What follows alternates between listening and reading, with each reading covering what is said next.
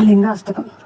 ब्रह्ममुरारिसुरार्चितलिङ्गं निर्मलभाषितशोभितलिङ्गं जन्मजदुःखविनाशकलिङ्गं तत्प्रणमामि सदा शिवलिङ्गं देवमुनिप्रवरार्चितलिङ्गं कामदहनकरुणाकरलिङ्गं रावणदर्पविनाशकलिङ्गं तत्प्रणमामि सदा शिवलिङ्गं सर्वसुगन्धसुलेपितलिङ्गं बुद्धिविवर्धनकारणलिङ्गं सिद्धसुरासुरवन्दितलिङ्गं तत्प्रणमामि सदा शिवलिङ्गं कनकमहामणिभूषितलिङ्गं फणिपतिवेष्टितशोभितलिङ्गं दक्षसुयज्ञविनाशकलिङ्गं तत्प्रणमामि सदा शिवलिङ्गं कुङ्कुमचन्दनशोभितलिङ्गं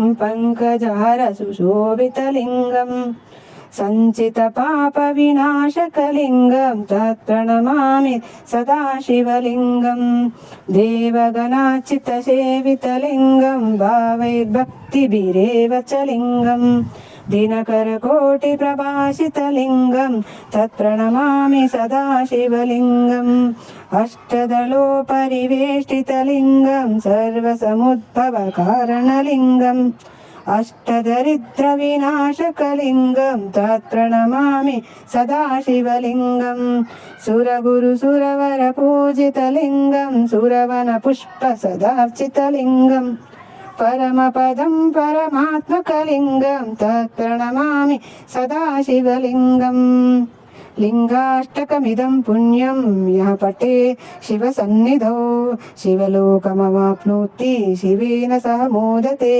सम्पूर्णम्।